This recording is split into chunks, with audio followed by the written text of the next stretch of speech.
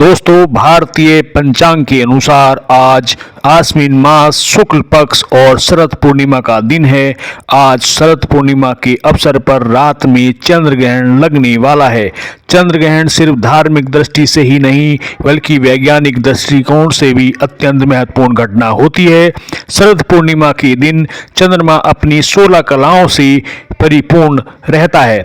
ऐसे में इस दिन चंद्र ग्रहण लगना बेहद महत्वपूर्ण होने वाला है। नमस्कार, आप देख रहे हैं देहरी न्यूज चैनल में आपका हार्दिक स्वागत है। तो यह चंद्र ग्रहण 28 अक्टूबर 2023 दिन शनिवार की देर रात 1:05 से 2:24 तक रहेगा।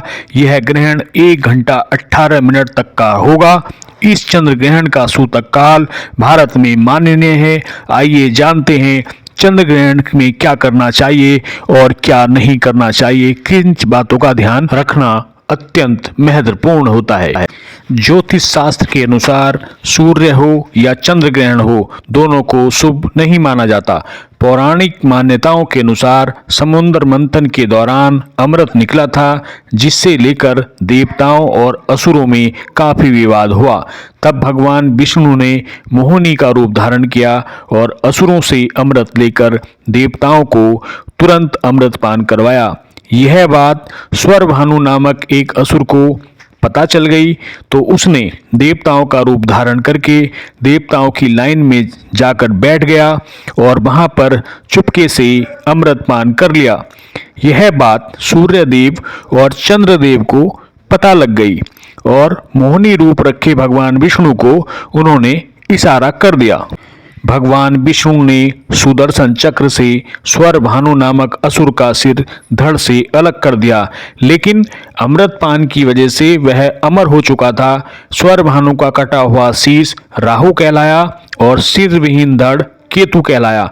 कथा बताती है कि ब्रह्मा जी ने एक सर्प के शरीर को सिर से जोड़ दिया था, जो राहु कहलाया, और दूसरे धड़ को दूसरे सर्प के सिर से जोड़ दिया, जो केतु कहलाया। सूर्यदेव और चंद्रदेव ने स्वरभानु का भेद भगवान विष्णु को बताने पर बदला लेने के लिए राहु और केतु सूर्य और चंद्रमा को निगलने के लिए आते हैं, लेकिन किसी का सिर और धड़ ना होने की वजह से कुछ समय बाद दोनों मुक्त हो जाते हैं। दोस्तों, अब एक अत्यंत और महत्वपूर्ण जानकारी हम आपसे साझा करना चाहते हैं कि चंद्र ग्रहण के उपरांत पुण्य काल में क्या करना चाहिए।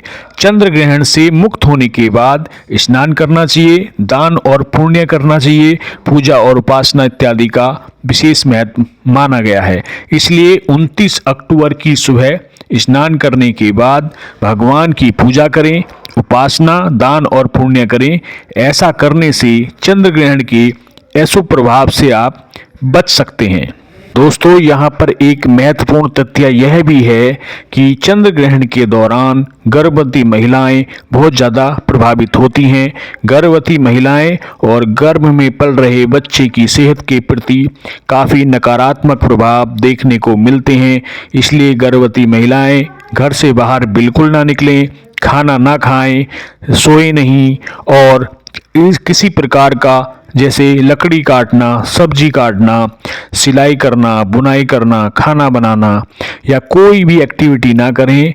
या तो शांत होकर के बैठ जाएं या टहलें या फिर पूजा उपासना कर सकती हैं। गर्भवती महिलाओं को यह सलाह दी जाती है कि वह चंद्र ग्रहण के दौरान घर से बाहर ना निकलें, खुले में न घूमें और चंद्र ग्रहण की तरफ कदापि न देखें। गर्भवती महिलाओं को इस दौरान जोर जोर से हंसना, जोर जोर से बातें करना, रोना या किसी से विवाद करना बिल्कुल वर्जित बताया गया है।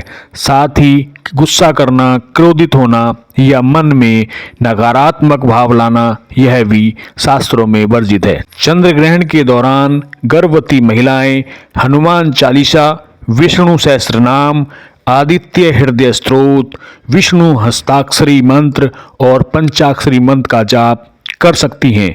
इन सभी मंत्रों का जाप करने से विशेष लाभ प्राप्त होता है और चंद्र ग्रहण के दुष्प्रभाव से मुक्त हो सकती है। दोस्तों, कहा जाता है कि ग्रहण काल में इन उपायों को करने से जीवन में कई समस्याएं नहीं आती, और यदि कोई समस्या है भी तो उसका प्रभाव काफी क्षीण हो जाता है। शास्त्रों के अनुसार गर्भवती महिलाएं चंद्र ग्रहण के समय ज्यादा से ज्यादा विष्णु सहस्रनाम का पाठ जरूर करें।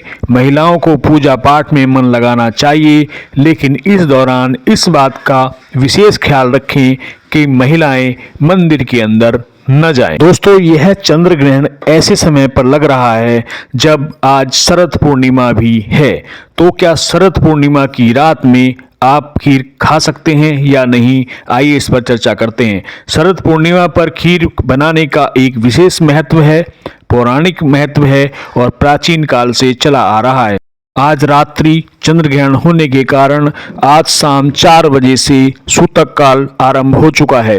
चंद्र ग्रहण के सूतक से ग्रहण समापन तक खीर नहीं बनानी चाहिए और न ही चांदनी में रखनी चाहिए, क्योंकि ग्रहण के दौरान नकारात्मक ऊर्जा का प्रभाव अत्यंत बढ़ जाता है। ज्योतिषाचार्य के अनुसार आप सूतक काल शुरू होने से पहले खीर बनाने के लिए गाय के दूध में कुसा या तुलसी का पत्ता डाल सकती हैं, फिर इसे ढककर रख दें। इससे आपके द्वारा तैयार की गई खीर या खीर तैयार करने के लिए जो दूध इस्तेमाल होना है वह शुद्ध रहेगा और ग्रहण खत्म होने के बाद इसकी खीर बनाकर भोग लगा सकते हैं और फिर चांदनी में भी इसे रखा जा सकता है। तो गर्भवती महिलाओं के बारे में तो हमने बता दिया, लेकिन जो अन्य व्यक्ति हैं, बच्चे हैं, बुजुर्ग हैं, उनके बारे में बात करते हैं। आज शरद पूर्णिमा के अवसर पर जो चंद्र ग्रहण लग रहा है, इस दौरान घर से बाहर ना निकलें। चंद्र ग्रहण देखने से बचना चाहिए।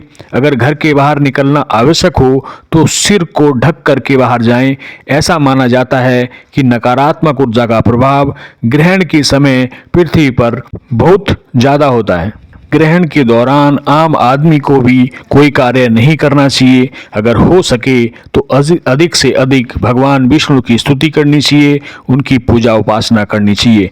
किसी भी कार्य को करने से उसका आने वाले समय में विपरीत प्रभाव पड़ना लगभग तय होता है। खाना खाने से बचें, सोने से बचें, नहाने से बचें और किसी चीज़ को काटना, जोड़ना या किसी चीज़ में कोई बदलाव या छेड़छाड़ करने से बचना चाहिए। विवाद से बचें, गुस्से से बचें, ज़्यादा ज़ोर ज़ोर से चिल्लाने से बचें और माइंड में नकारात्मक ऊर्जा के संचार से बचें। यानी कि जो आप सोच रहे हैं वह पॉजिटिव सोचें, आपके मन में कोई नकारात्मक विचार ना आने दें। यहाँ पर जो बुजुर्ग हैं, जो लाचार हैं, जो छोटे बच्चे हैं, उनको कुछ विशेष छूट दी जा सकती है।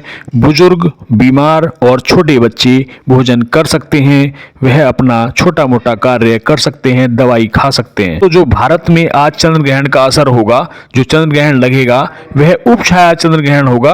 भारतीय समय अनुसार रात करीब 11:31 पर चंद्र ग्रहण शुरू हो जाएगा, लेकिन आंशिक और पूर्ण चंद्र ग्रहण देर रात करीब 1:05 पर शुरू होगा और यह लगभग 1:44 पर सबसे ज्यादा दिखाई देगा और 2:24 पर समाप्त हो जाएगा। दोस्तों, अब आइए इस चंद्र ग्रहण से पहले लगने वाले सूतक काल के बारे में एक नजर डाल लेते हैं। दोस्तों, मान्यता के अनुसार सूर्य ग्रहण से 4 पहर पहले यानी 12 घंटे पहले तथा चंद्र ग्रहण से 3 पहर यानी 9 घंटे पहले सूतक लग जाता है। सूतक के दौरान अन्न का त्याग कर देना चाहिए।